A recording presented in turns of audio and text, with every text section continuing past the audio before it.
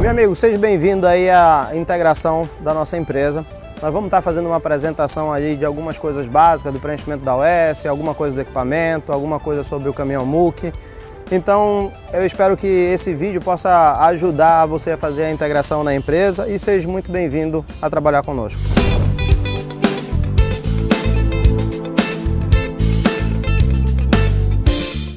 Olá, senhores. Sou Érica Ribeiro, supervisora operacional da Super-G. E é com grande alegria que recebemos vocês em nossa família. Nós iremos falar sobre alguns itens de procedimento operacional.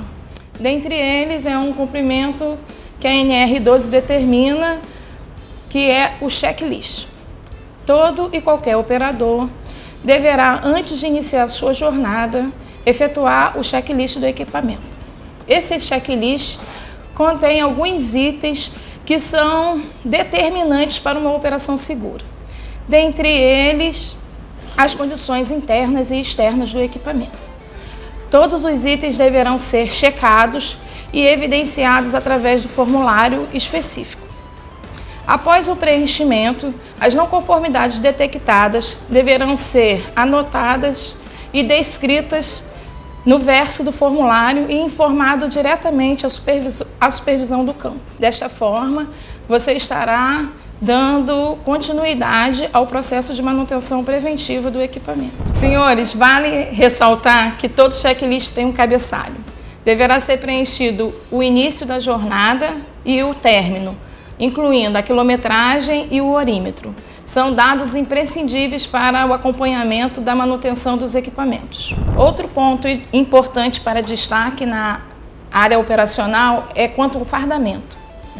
O fardamento deverá ser retirado em nosso escritório em Manaus e a periodicidade é semestral. Ressaltamos ainda que é importante o funcionário não embarcar, não ter o seu deslocamento para o seu ponto fixo de trabalho com o fardamento danificado, rasgado, porque reflete a imagem da empresa. Lembre-se, você é o melhor marketing que a empresa pode ter.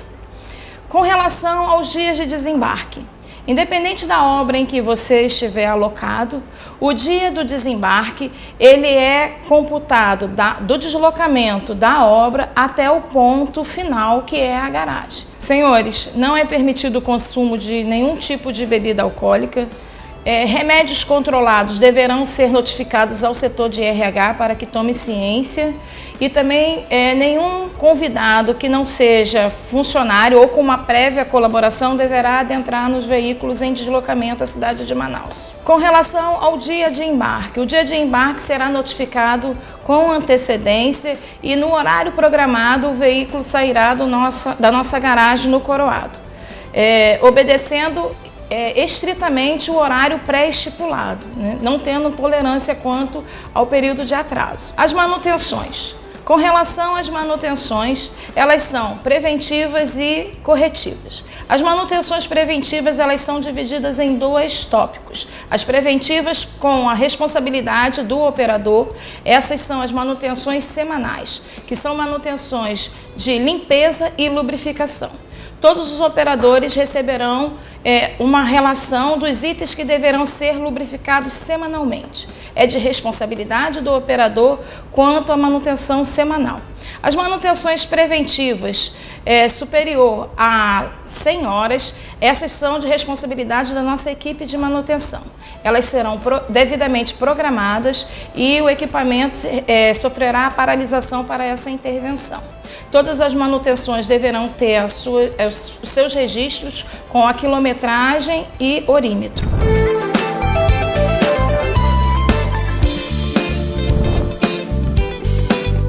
Senhores, nós vamos demonstrar como deverá ser feito o checklist diário. O Edinho vai realizar as etapas e eu vou narrar quais os itens que deverão ser checados. Primeiramente, deverá ser verificado o estado dos pneus. Depois, quanto à cabine, na parte externa, retrovisores, espelhos, vazamentos no equipamento, carroceria,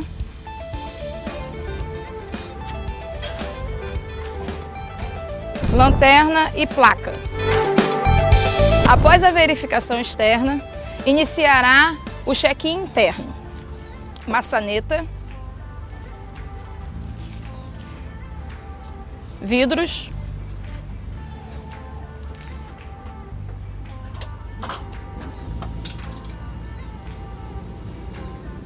para-brisa quanto trincados e rachaduras. Inicia-se o cheque verificando o nível do óleo do reservatório hidráulico. Tem itens que você precisa decorar e fazer diariamente. Isso não pode nunca deixar de ser feito. O nível da água do radiador. Como está o óleo da embreagem, o fluido da embreagem. Verificar todos os estados das mangueiras e conexões. Isso são atitudes que você precisa executar diariamente, independente da pressa da operação. Lembrando que a não execução, tudo ocorrerá por sua conta e risco.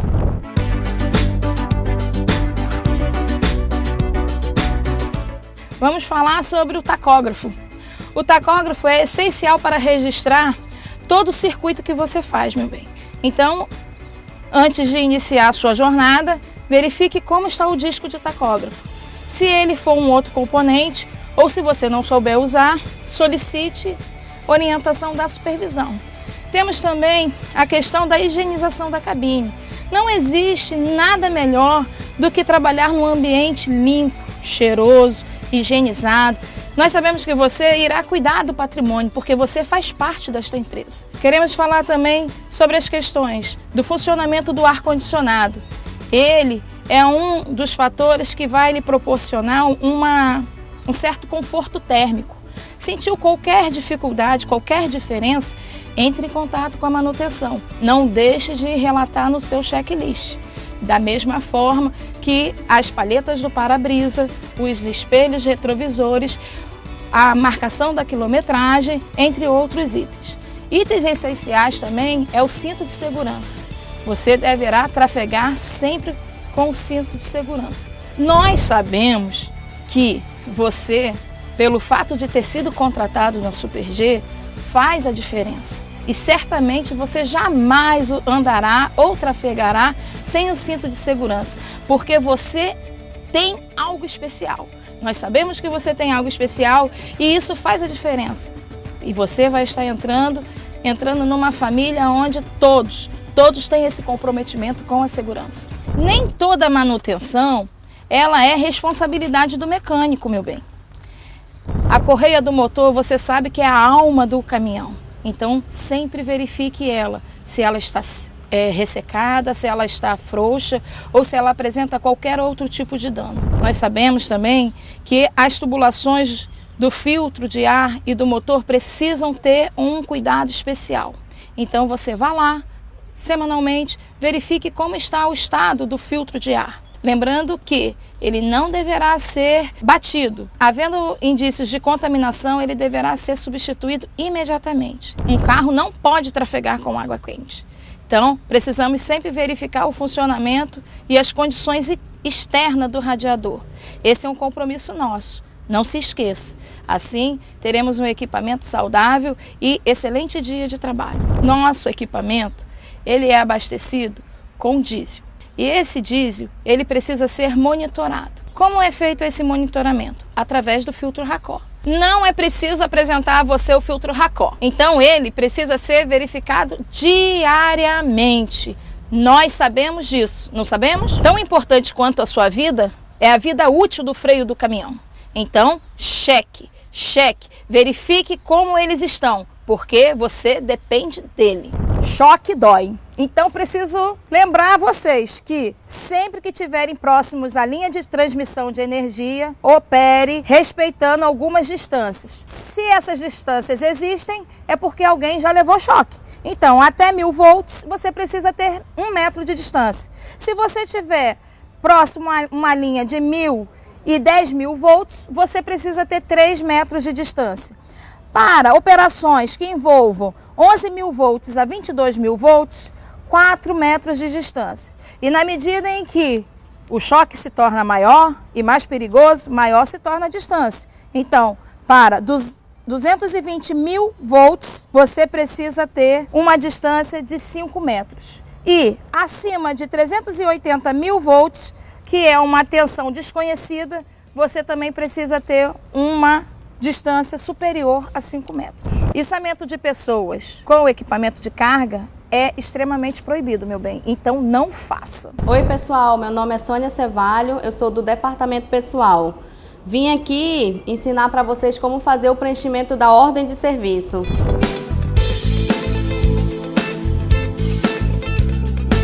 Todo operador vai receber a sua OS, seu bloco de OS, onde ele não pode quebrar a sequência do preenchimento. Caso ele rasure, ele coloca cancelado, mas entrega a ordem de serviço. Um dos pontos principais do preenchimento da ordem de serviço é a letra. Caso você tenha uma letra assim um pouquinho diferente de entender, pode fazer uma letra manuscrita, que fica mais fácil de entender, onde ela precisa de algumas informações que são primordiais para tanto o recebimento da hora extra como o recebimento da empresa em relação ao cliente, né? Recebimento do valor do serviço. O contratante é o nome da empresa que está solicitando o serviço. Coloquei como exemplo aqui a Mister Gilmar solicitando um serviço da Super G. Então quem solicitou o serviço foi o Sardi Júnior, que é o solicitante do serviço, o endereço da empresa, telefone e a origem, o destino de onde o operador vai sair. Origem, garagem da Super G até a Mister Gilmar. Chegada no cliente. Isso não pode esquecer nunca, chegada no cliente e saída do cliente, porque aqui, desse momento, que nós vamos tanto fazer a medição do cliente, como fazer também a hora extra do funcionário, caso ele faça a hora extra naquele dia, naquele determinado dia. Por exemplo, de 7 às 17. Se for numa sexta-feira, ele teve uma hora extra, porque o expediente dele é até às 16 horas. Então, a intenção do preenchimento da ordem de serviço é fazer o recebimento do cliente e pagar também a hora extra do funcionário. Aqui tem líder. O líder, aqui pode colocar operador e ajudante. Se você teve um ajudante, nunca esquecer o nome do ajudante, porque ele também precisa receber essa hora extra. OP é a ordem de produção. Todo serviço solicitado para a empresa, ele gera uma ordem de produção. Então, você solicita a OP, aí pode colocar aqui também. E o serviço é a descrição do serviço. O que você foi lá e fez. Digamos que você fez uma movimentação e içamento de placas. Você descreveu aqui na ordem de serviço, colocou o horário. Então, se acontecer alguma coisa, ele quebrou um equipamento, ele solicitou um outro serviço no período, você pode também colocar a data. Nunca esqueça da data. A data e pode acrescentar aqui com o dia da semana, para caso aconteça alguma coisa, a gente saber diferenciar. Toda ordem de serviço, ela só é aceita se tiver a assinatura do cliente. Então, nunca esqueça de pegar a assinatura do cliente para dar confirmação daquele serviço feito naquele dia. Mais uma observação para o preenchimento da ordem de serviço. Como ela é São Carbono, você pode pegar um papel, colocar embaixo para não passar para outra página. Aqui na ordem de serviço tem início do horímetro e término do horímetro. Isso é obrigatório colocar na ordem de serviço. Como a ordem de serviço tem uma forma de destacar aqui, se você sentir dificuldade de destacar, você pode pegar uma régua e puxar para ser uma coisa mais organizada. Outro ponto importante da ordem de serviço é que após a assinatura do cliente, você destacar as páginas. Nós temos a página branca, amarela e azul. A branca, ela volta para a empresa, que é de onde nós fazemos a medição e tiramos a hora extra do funcionário. A amarela é do cliente e a azul fica no bloco de OS, para quando acabar esse bloco de OS, você fazer a troca por um novo. Oi pessoal, tudo bom? Olha eu de novo aqui com vocês, para a gente mostrar as normas de segurança da empresa, ok? A gente vai explicar passo a passo para vocês, porque a empresa tem certas exigências e explicar para vocês por que o implemento tem que andar de forma correta, da forma que a empresa necessita.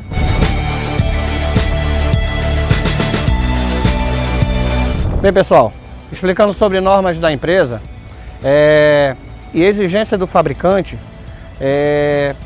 pede-se para que trabalhe, faça o transporte do equipamento com a patola deitada, E na hora do içamento, antes de abrir a espatola traseira, que faça a inclinação dela no local ainda. Bem, pessoal, que nem eu estava explicando para vocês a respeito da espatola traseira, essa posição que se encontra aqui, que é a posição de viagem do equipamento. Ao se trabalhar com o equipamento, retira-se o pino do local, faz a envergadura da coluna, justamente para quê? Ela nessa posição, ela se encontra com a mangueira esmagada, que ao retornar, ela é espremida pela viga.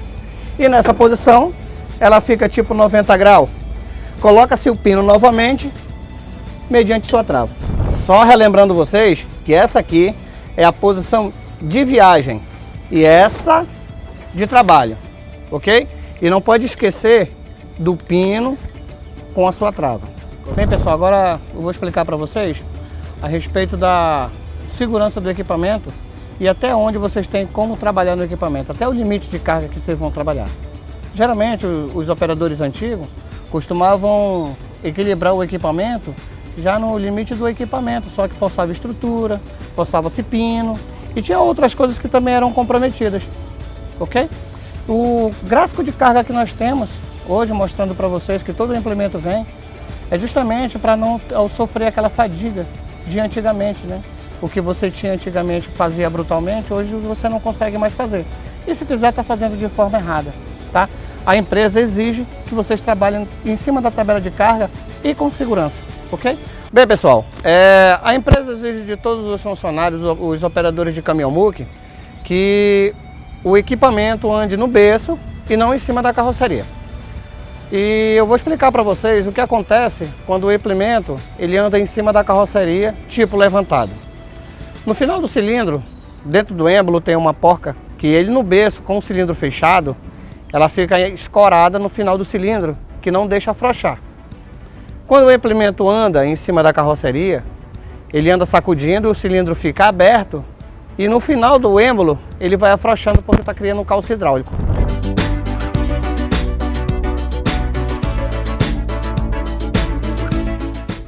Bem, a respeito da lubrificação, como eu estava citando para vocês a respeito da etiqueta, seria visível a colocação da graxa para que possa ser passada para o outro lado. Quando é injetado a graxa nos graxeiros, por identificações que vocês têm, vocês vão observar que ela vai sair em algum lugar. E só é feita a lubrificação semanal após a incisão da graxa. E a manutenção preventiva, que vai ser executada através do pessoal de manutenção, que vai ser quando parar o caminhão, a gente vai fazer uma manutenção corretiva em todo o caminhão, né? E que vão ser reparados pinos e graxeiros.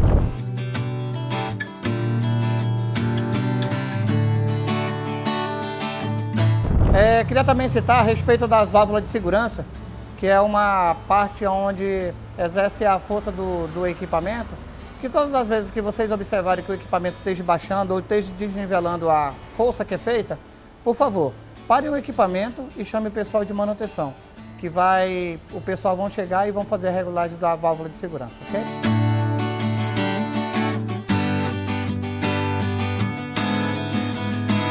Bem, pessoal, o item seguinte que a gente vai mostrar para vocês é a respeito da alimentação do equipamento, tá? A gente vai estar mostrando para vocês como é que vocês devem medir a pressão. De repente o implemento ficar muito lento ou vocês perceberem que ele perdeu a pressão ou a força. É só simplesmente olhar o relógio de pressão e verificar se precisa fazer a troca do recipiente do filtro, ok? Bem, pessoal, o item que eu vou falar para vocês agora é a respeito de uma válvula de segurança que está vindo nos equipamentos modernos. Toda vez que o equipamento exerce uma força e passa do limite de carga do equipamento, geralmente a carga baixa e não é um defeito e nem uma falha na fabricação. É uma válvula de segurança que ela desarma justamente para não quebrar o implemento.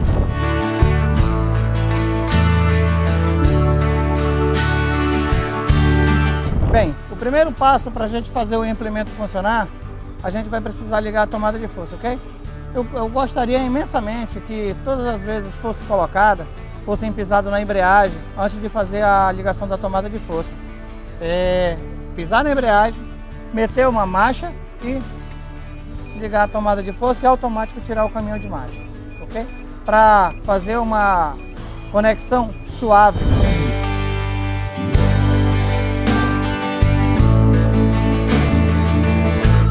Bem, pessoal, para finalizar o nosso item de segurança e o que se necessita fazer antes de fazer a movimentação de carga dos nossos equipamentos, a gente vai falar das travas de segurança. Se vai fazer um trajeto muito longo, gostaria eu a vocês que pinassem as patolas do implemento para que no trajeto ela não venha a abrir. E quando chegar no local que for fazer o içamento de carga, não esquecer o pino, retirá-lo. Para vocês que vão fazer parte da Super G, a gente está aqui para agradecer e que todos sejam bem-vindos.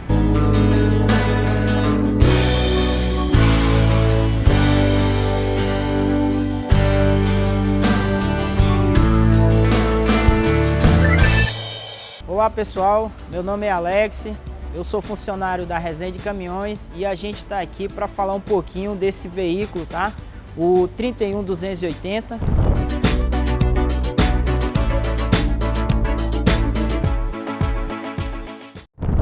Como é que eu faço o basculamento? Tem uma chave aqui lateral com duas setas, uma na posição subindo e outra na posição descendo, ok? Então se eu vou fazer o basculamento da cabine, eu vou posicionar a seta, a alavanca na seta subindo, ok? Mas antes de eu fazer esse basculamento, sempre eu devo ter algumas observações antes de fazer esse basculamento da cabine. Primeiro, eu tenho que observar se eu não deixei nenhum objeto solto, para que quando eu bascular a cabine não caia no para-brisa. O segundo, eu tenho que observar se as portas estão bem fechadas também, ok? Então sempre, antes de fazer o basculamento da cabine, eu preciso estar olhando esses itens.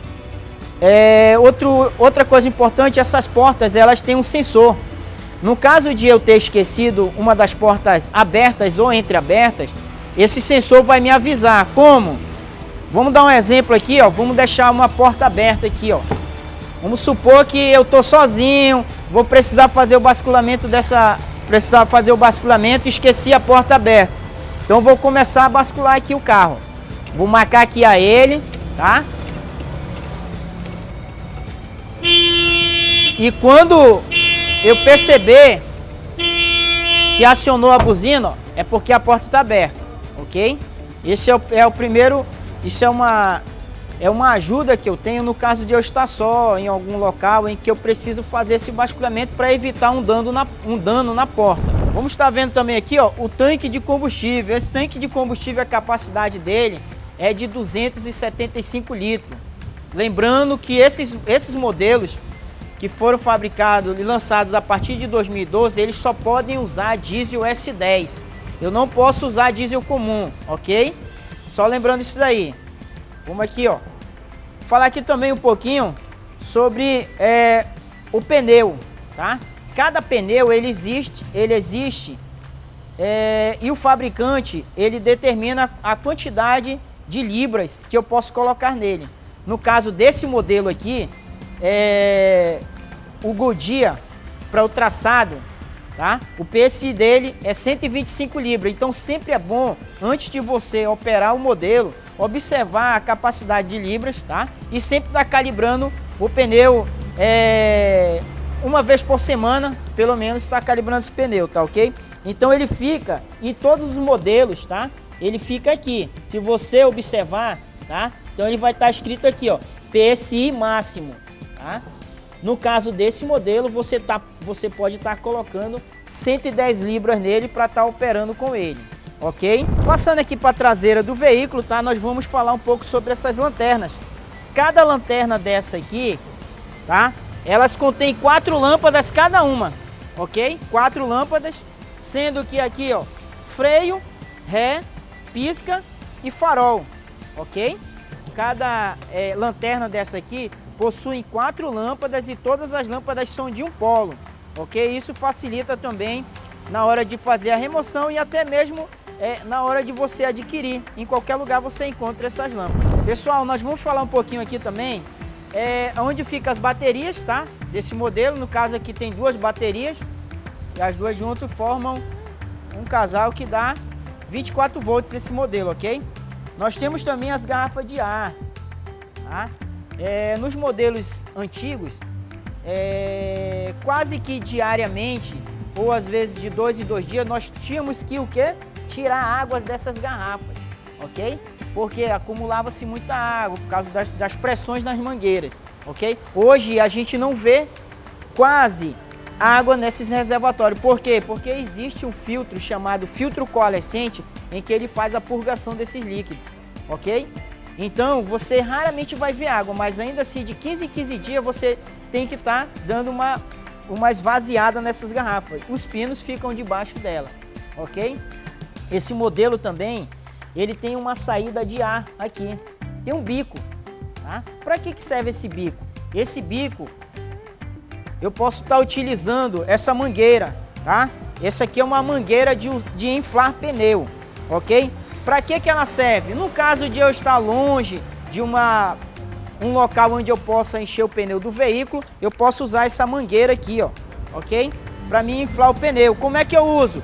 Com o caminhão ligado, eu conecto ela aqui, ok? E aí encho o pneu do meu veículo ou de qualquer um veículo que estiver próximo em que eu esteja precisando.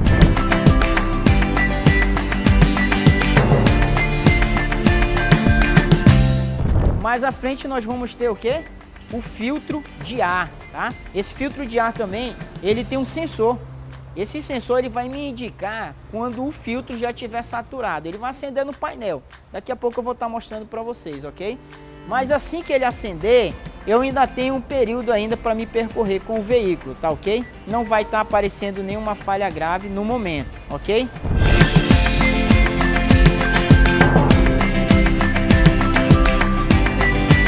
Agora a gente vai estar falando também um pouquinho aqui como eu faço o acesso à cabine. Às vezes a gente acha que deve ser feito de qualquer jeito, mas existe a forma correta, sem eu estar causando dano para o veículo e nem dano para a minha saúde, ok? Então como é que eu faço isso? Toda vez que eu for chegar no veículo, adentrar ele, tá? A forma correta, tá? Abrir a porta, tá? E aqui eu devo usar as barras de apoio para fazer o acesso à cabine, ok? Eu nunca devo usar o volante como apoio. Por que eu não devo usar? Muita gente faz isso. Eu não devo usar porque com o tempo eu posso empenar essa coluna aqui, ok?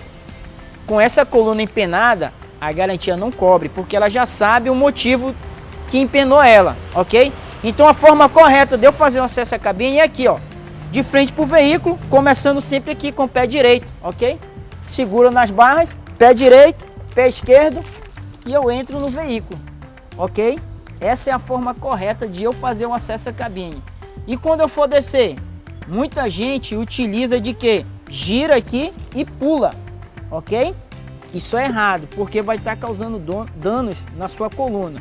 Qual é a forma correta? A forma correta é aqui, ó, pé esquerdo, sair, direito, desci, ok? Essa é a forma correta de fazer o acesso à cabine.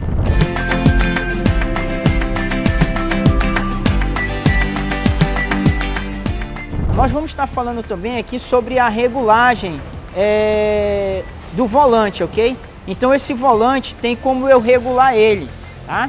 Regular para quê? A fundura, tá? Ou mais à frente ou um pouco atrás, ok? Então eu tenho como eu fazer essa regulagem, beleza, pessoal?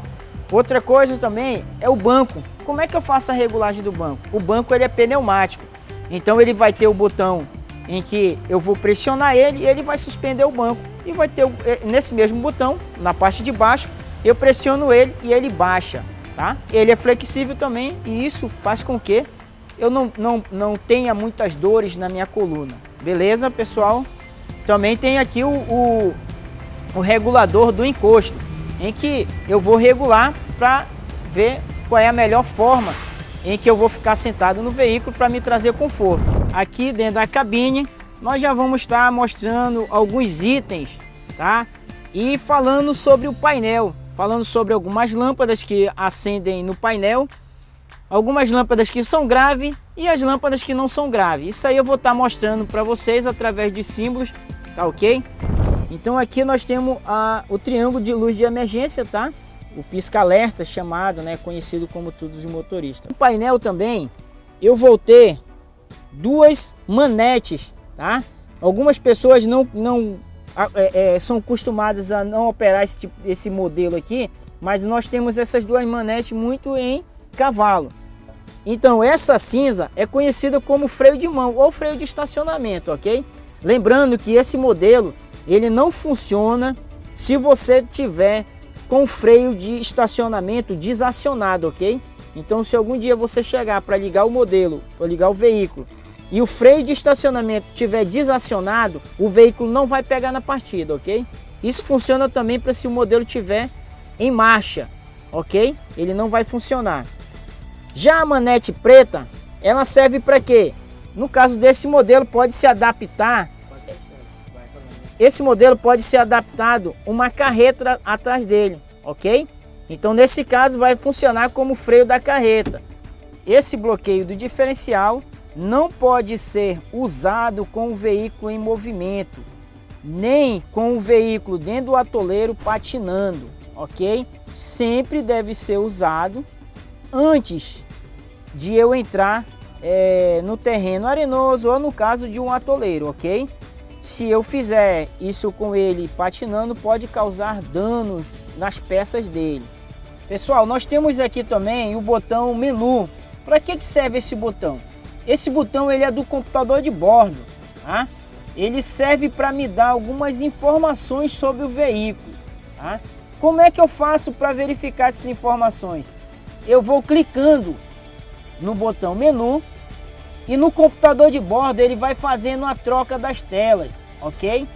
Com isso eu vou ter como verificar algumas falhas que ficam registradas no veículo.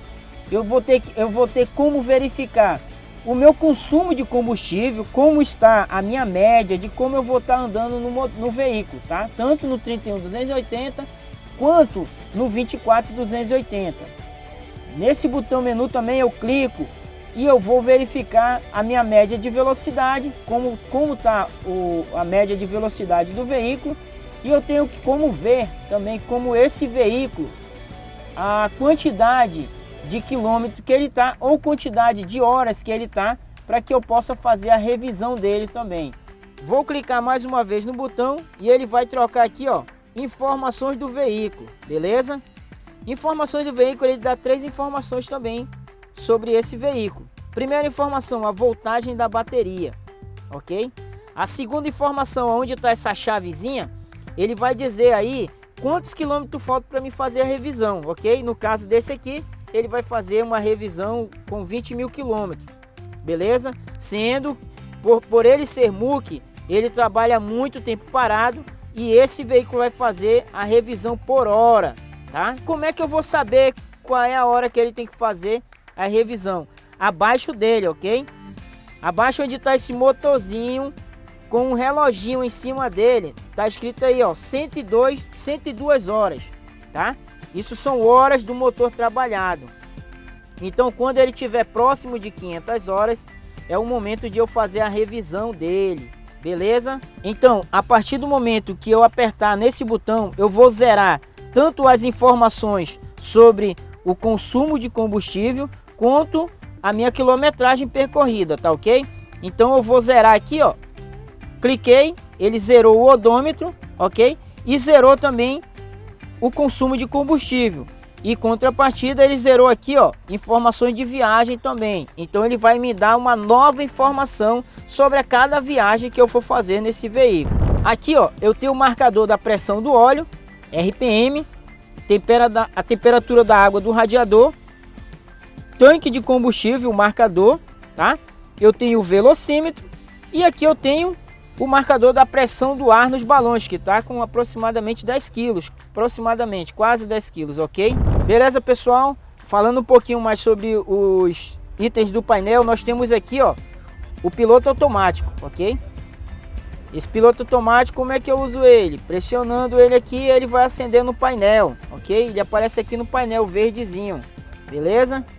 Nesse caso desse modelo, eu uso para me fazer a aceleração, para me poder trabalhar com esse MUC. Essas duas setas subindo e descendo, eu faço o uso dela para aumentar a velocidade, a rotação, para que eu trabalhe com o MUC e que seja mais rápido, beleza?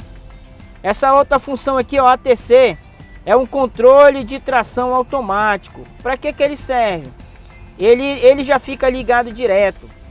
E quando eu passo por algum local em que uma das rodas patine, esse botão ele já acionado, tá? Ele vai me ajudar a passar por esse local de dificuldade sem que eu fique engatado lá. Nós temos o botão em que a gente vai ligar o interruptor do farol, ok? Então aqui eu ligo a luz média, luz alta e posso transformar na alavanca de transformação, ok? Para luz alta, beleza? Voltando aqui, desliguei. Aqui, pessoal, eu tenho a alavanca de seta, tá? Em que eu dou seta tanto para a direita, tá? Quanto para a esquerda, tá? Essa alavanca também eu uso para quê? Para acionar o esguicho da água do limpador de para-brisa. Como eu faço isso? Pressionando ela aqui, ó. Dou um clique nela, tá? E ela vai liberar a água do limpador de para-brisa. Beleza? Como que eu faço para aumentar o giro, a velocidade do limpador? Eu vou girando ela, ok? É dessa forma que eu aumento a rotação para que ele faça a limpeza do para-brisa mais rápido. Então, pessoal, aqui nós temos um exemplo do painel com os seus símbolos acesos. Eu vou estar fazendo um resumo aqui, mas só falando sobre os mais importantes, ok? Pessoal, observe que esse painel ele é colorido, como de qualquer um outro modelo, beleza? Nós temos nas cores de cada símbolo, nós temos o verde, o amarelo e o vermelho. Lembrando que o verde sempre é a normalidade, o amarelo eu devo ter atenção, tá? Ou ele também pode indicar uma falha leve. E o vermelho, todos os que se acendem em vermelho, é sinal de gravidade, beleza? Então nós vemos aqui, ó, vamos falar aqui sobre o triângulo amarelo. Sendo que esse triângulo amarelo, quando ele se acende, ele não está causando uma pane grave nesse veículo, ok? Lembrando que eu posso andar com o veículo depois que ele acende, tá? Ele quer dizer para mim que existe uma falha leve, tá? Então eu posso conduzir o veículo até o local seguro ou então até o meu mecânico e informar para ele sobre essa falha. Nós temos também aqui, assim, senhores, os 3 filtros que se acendem, tá? Então primeiro eu tenho aqui, ó, o filtro de ar. Quando ele se acender, ele quer dizer que o filtro de ar está obstruído, tá? O segundo, eu vou ter o filtro racó. Quando ele acender, ele está me informando que lá no copinho do filtro racó existe uma quantidade de água e ela precisa ser drenada, ok?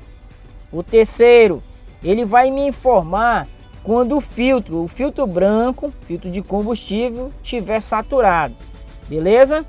Esses 3 filtros, eles não vão causar despotenciamento do veículo. Tá? No caso de eu estiver operando o veículo, eu posso terminar a operação e depois informar ao encarregado da oficina. Dentro do velocímetro também, eu vou ter aqui, ó, o triângulo vermelho. Por que ele acende em vermelho esse triângulo? Ele é do tacógrafo, ok? Ele acende vermelho porque eu não posso andar com nenhum veículo hoje sem o disco de tacógrafo. No caso desse modelo, sem o rolinho de papel. O nome desse símbolo aqui, ó, é OBD. Ele faz as leituras e autodiagnose de bordo, tá? Observe que ele acende em amarelo também. Quando ele acender, ele está dizendo que existe alguma falha no veículo, mas essa falha não é grave, ok? Você precisa estar verificando por que ela está acendendo. Voltando aqui para dentro do velocímetro, tá? Eu quero mostrar essa lâmpadazinha aqui, tá? Muita gente fala que parece com um pássaro. O nome dessa lâmpadazinha aqui é função de proteção da embreagem. Quando que esse símbolo se acende? Esse símbolo se acende no momento em que eu estou andando com o veículo e eu boto o meu pé para descansar em cima do pedal de embreagem, ok? Com 20 segundos esse símbolo vai acender. Toda vez que ela se acender, ela vai fazer o registro do meu erro, tá? O erro de operação no módulo da cabine, ok? Lembrando que se essa embreagem apresentar defeito, nos registros vai estar constando lá se o causador foi eu ou foi um defeito mecânico, beleza? Então o próximo nós temos aqui, ó, o freio motor, beleza? O freio motor ele serve para quê? O freio motor ele serve para me ajudar a reduzir a velocidade do veículo. Lembrando que é importante que eu use esse freio motor ligado direto. Qual é o momento que eu tenho que desligar esse freio motor? Quando estiver chovendo e a pista estiver escorregadia. Esse momento eu devo desligar. Esse símbolo verde indicando a seta abaixo, ele vai estar me dizendo no painel que eu estou andando com o veículo reduzido, ok? Lembrando que essa redução desse 31.280 é na caixa, tá? A seta ao lado, tá? Esse outro símbolo amarelo ao lado, ele quer dizer sobre a caixa, tá? Toda vez que ela estiver aceso, ele está dizendo que eu estou operando com o veículo usando a caixa pesada. Então eu quero falar um pouco sobre essa palavrinha aqui, ó, ou esse símbolo, pare, tá? Esse símbolo ele vai se acender dentro do computador de bordo, tá? Aonde fica a data e a hora. Se vocês observarem no computador de bordo, aqui embaixo, tá? Na borda de baixo, ele vai estar mostrando a data e a hora. Esse símbolo pare, ele se acende aqui, beleza? Vou falar para vocês também o que faz acender esse pare. Somente 3 situações faz acender esse pare, ok? A primeira situação, se você chegar pela manhã e for ligar o veículo e você observar que o balão está abaixo de 6 kg, ele vai acender esse pare, ok? Por que ele vai acender? Ele está indicando para você que as rodas estão travadas. Caso você tente sair com o veículo, você pode dar um tranco nele e pode danificar alguma peça tanto da caixa quanto do diferencial desse veículo, ok? Então eu só devo sair com o veículo quando o balão estiver totalmente cheio, com no máximo 8 kg, tá? E alguns veículos chegam até 10, beleza? Aí eu vou desacionar o freio de estacionamento e assim sair com o veículo, beleza?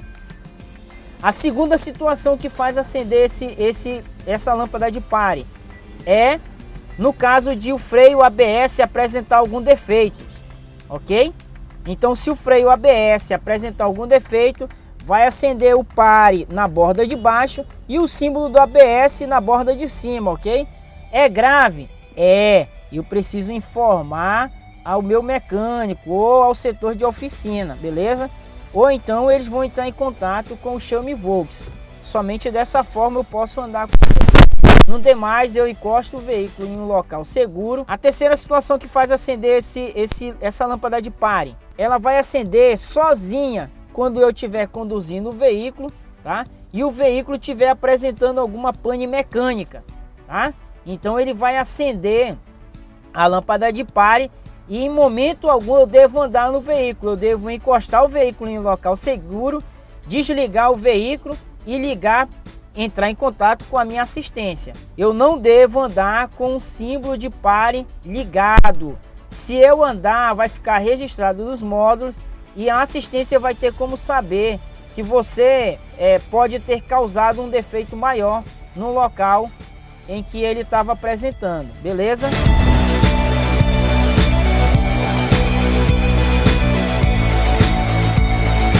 Vamos lá, pessoal, então aqui a gente vai falar um pouquinho de como eu faço a transferência de marcha nesse modelo, tá? Lembrando para vocês que esse modelo ele tem 8 marchas de velocidade à frente e uma a ré, ok? Essas 8 velocidades, elas são divididas, tá? Em caixa baixa e caixa alta, ok? Como é que eu faço essa transferência de caixa? É através dessa alavanca ou botão, tá? Que fica na frente da manopla. Beleza, pessoal? Esse botãozinho aqui, ó. Esse botãozinho é o mais importante de todos para fazer a transferência da caixa, tá? Eu nunca posso me esquecer dele, ok? Lembrando para vocês que aqui ao lado, do lado em que eu estou, eu tenho de redução, ok? Lembrando para vocês também que vocês vão estar operando aí na empresa um veículo 24280 em que ele não possui redução, tá?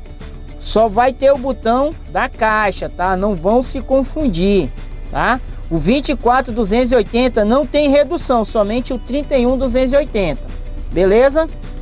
Então vamos voltar aqui. Essas marchas, elas são divididas 4 embaixo e 4 em cima, tá? Quando eu for trabalhar as primeiras marchas, tá? Eu vou trabalhar com o botão embaixo, beleza? Tá aqui, o botão tá embaixo. Eu vou estar usando aqui, ó, primeira, segunda, terceira, quarta. Quando eu for usar a quinta, eu suspendo o botão, ó. Aí eu venho aqui, ó, quinta, sexta, sétima e oitava. Tô andando com o veículo tá em velocidade. Se eu precisar reduzir o veículo, eu vou reduzir aqui oitava, sétima, sexta, quinta, baixo o botão, volto para quarta, terceira, segunda e primeira, beleza? O que eu não devo fazer nessa operação aqui? Vamos dar um exemplo. Eu tô andando com o carro na 7ª marcha, tô numa velocidade média 60 km por hora. Ah, eu vi um buraco, um quebra-mola, uma curva, eu precisei parar o carro. Parei o carro, tirei o carro de marcha, mas o botão ficou suspenso, tá? O que acontece muito pro pessoal queimar a embreagem é isso aqui, ó. Principalmente no modelo como esse, um 31-280, com um muque desse aí, ó, pesado. Ou então eu já tô carregado com algum item, tá? O que o cara faz? Ele esqueceu o botão suspenso, aí ele vai sair no carro. Ele pensa que ele tá saindo de primeira, mas ele vai estar saindo de quinta. Com poucos metros, ele consegue queimar essa embreagem, tá? Então toda vez que eu estiver operando esse veículo e eu for parar ele, eu devo sempre observar na minha saída se o botão, ó, está embaixo, beleza? O botão para me sair com o veículo tem que estar embaixo.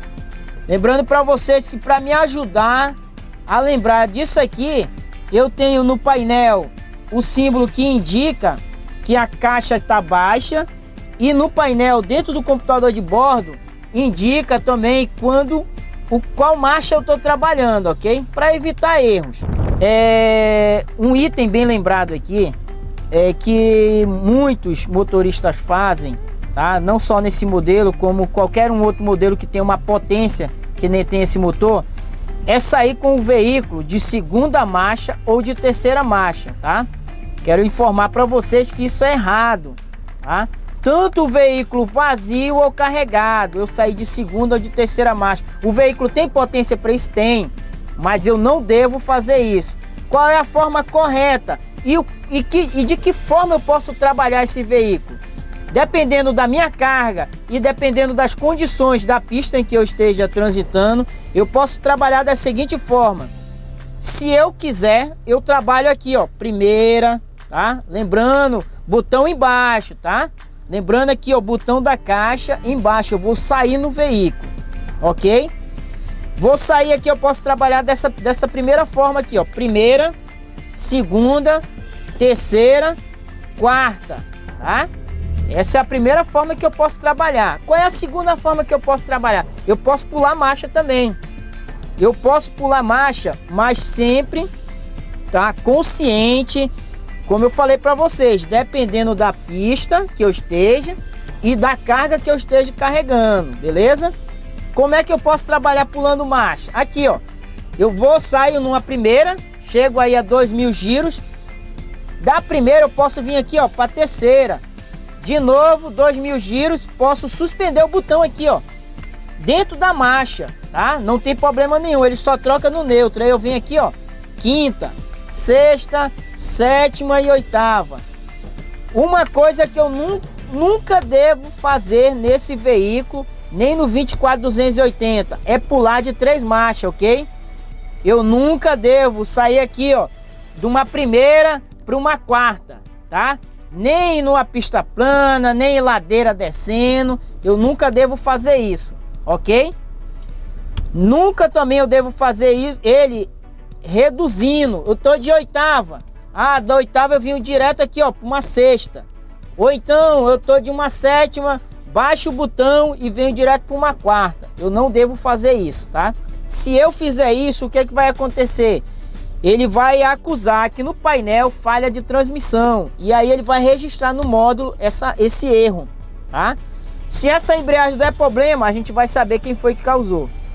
Beleza? Eu não devo fazer isso em hipótese alguma.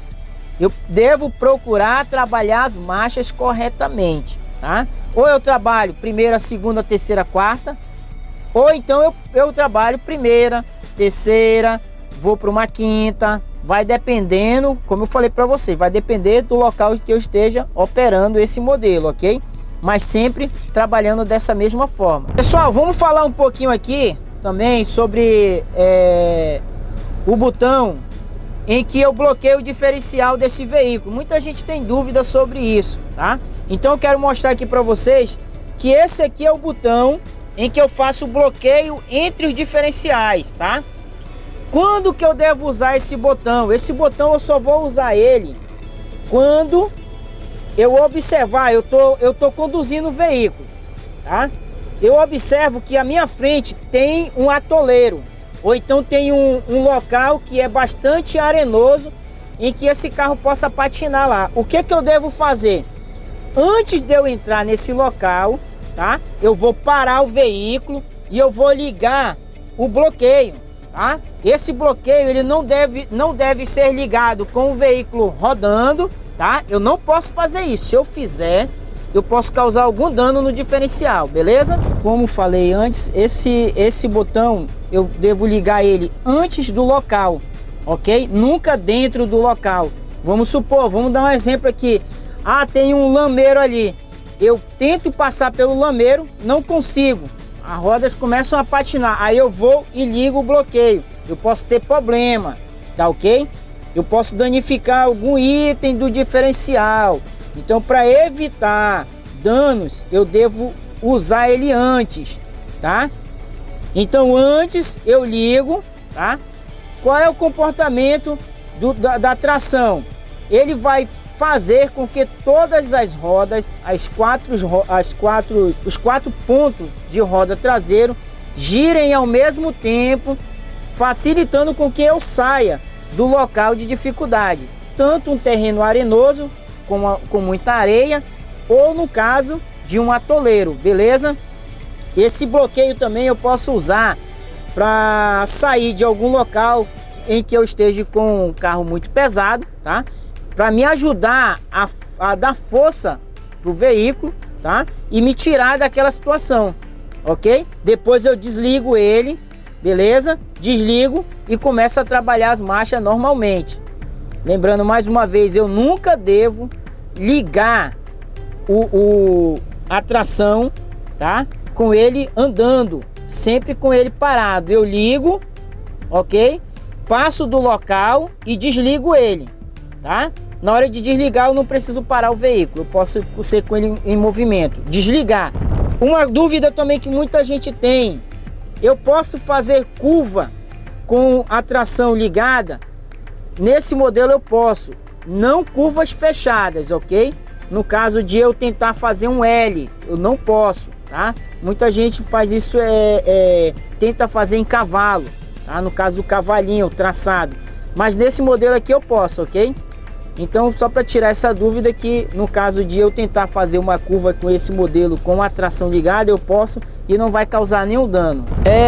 O que eu posso usar a meu favor na hora que eu estiver conduzindo um veículo que ele esteja bastante pesado? Ah, o caminhão botaram muito peso nele. Tá, então para me auxiliar a sair com esse veículo, tá? O 31280, numa operação em que ele esteja bastante pesado, eu tenho aqui ao lado, tá?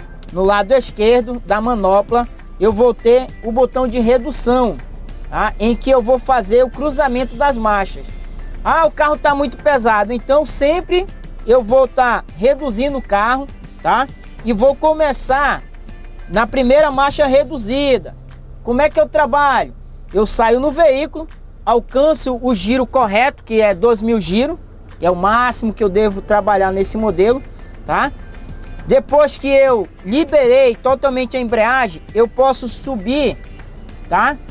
O botão de redução e aí trabalhar mais uma marcha. Então eu posso trabalhar sempre primeira reduzida e segunda simples.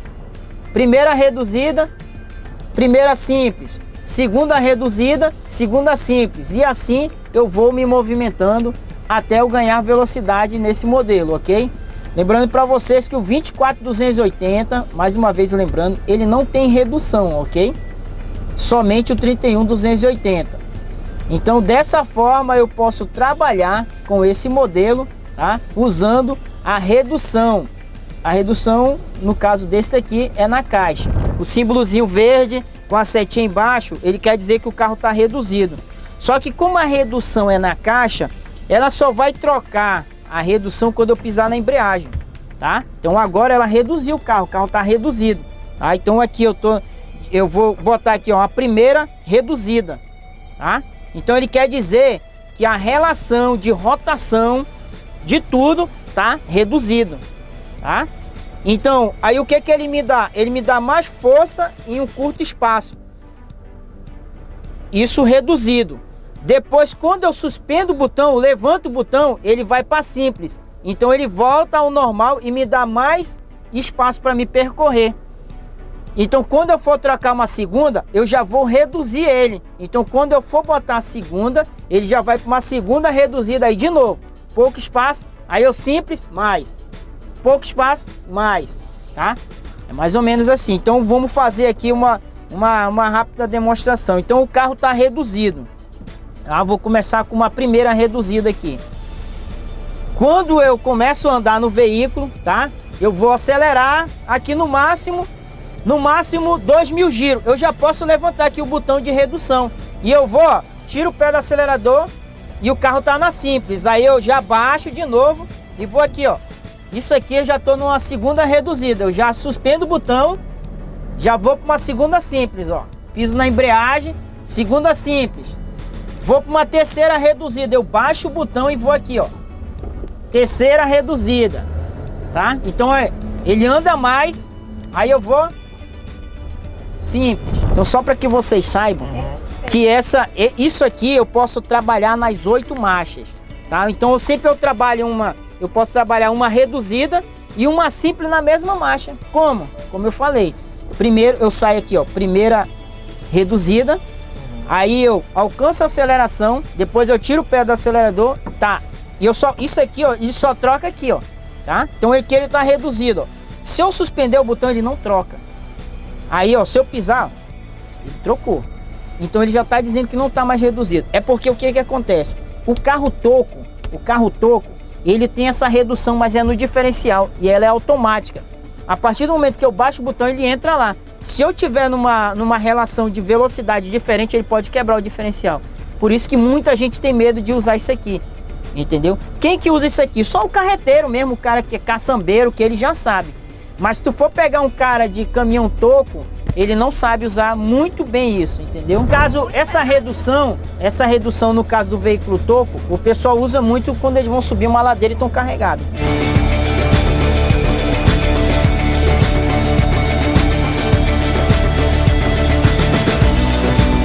Meu amigo, muito obrigado por ter assistido o nosso vídeo aí. Fica as dicas de segurança e as informações do procedimento da empresa. Seja bem-vindo à família Super G. É um prazer enorme em que você venha trabalhar conosco.